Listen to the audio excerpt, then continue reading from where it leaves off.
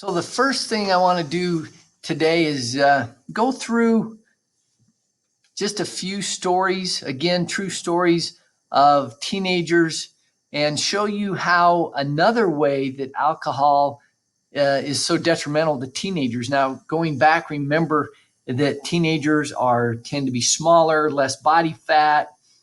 They haven't developed any kind of a dependence or have had any kind of acclimation usually to alcohol, plus how it affects the brain differently.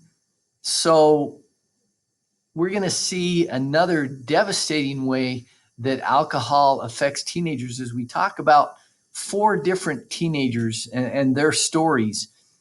And I think there's a lot we can learn from these stories. The first one that I want to talk about, his name is Chris Matno.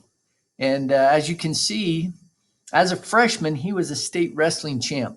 Now, right away, we can see something that sometimes people think, well, it's just a certain type of kid that can get in trouble with alcohol, and it's not. It can be anybody. And Chris, as obviously, was a very successful young man because not very many people, as a freshman, become a state wrestling champ. That's a lot of dedication as well as a lot of talent.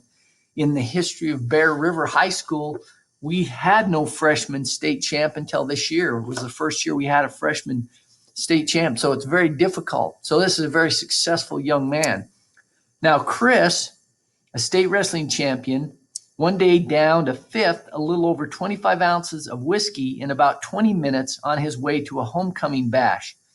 A chaperone put him to bed at the party where he later choked to death on his vomit.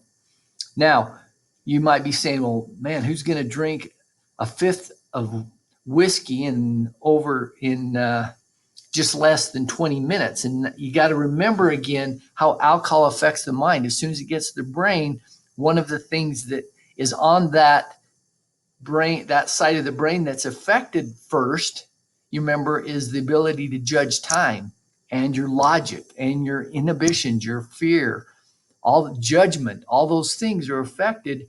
So anybody could do that same thing when you can't remember when you had your last drink, and how when your judgment of time has been so impaired also. And again, as we go through all these teenagers, we're talking about young kids that we know have no idea what they were going to contribute to society, how many people they were going to influence, how many people loved them, how many people they could have made an influence on in the future, and what they would have accomplished.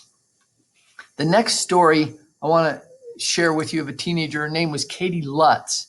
As you can see, a very good student, 4.0 student. She wanted to become a lawyer later on in life. Well, what happened was Katie was taken out by her so-called friends for her sweet 16th birthday, where she downed at least a half a fifth of vodka and a half a bottle of peach schnapps. She was brought home semi-conscious and died in her sleep that night.